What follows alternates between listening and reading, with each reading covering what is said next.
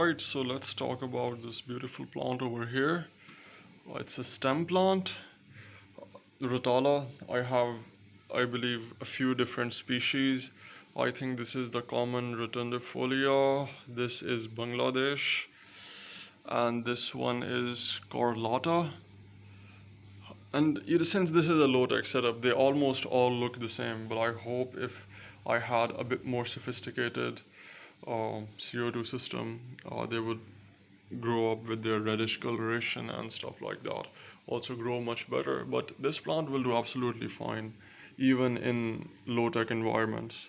I mean, this is like basically just a dirted tank with a layer of sand on top of it. It's just a grow tank.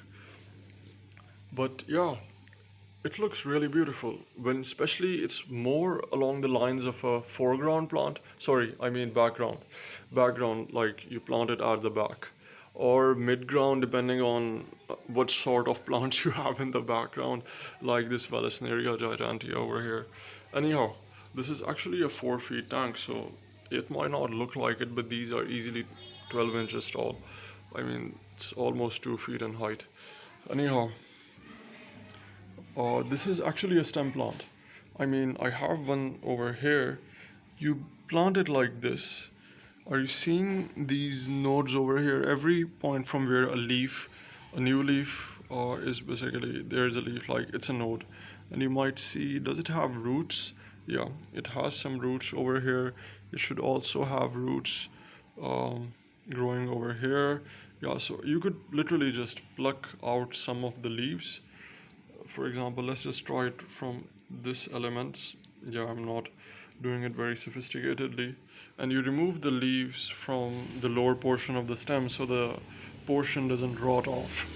And then you just like that, you plant it. Yeah, and in no time it will like send off new growth. And if you're trimming these guys, like from, let's suppose this portion from where I cut it, from the lower node you'll see probably 2 new stems popping out, like in this case you're seeing a new growth from there. But overall it's a really easy plant. It tolerates a wide range of water parameters, and it comes in many different colors as well. So yeah, it's definitely one of those plants that you should keep a lookout for. It's not that thick, alright, similar to other plants like Ludwigia or Wisteria of those sorts, but so you have to compensate for that by planting more of these guys.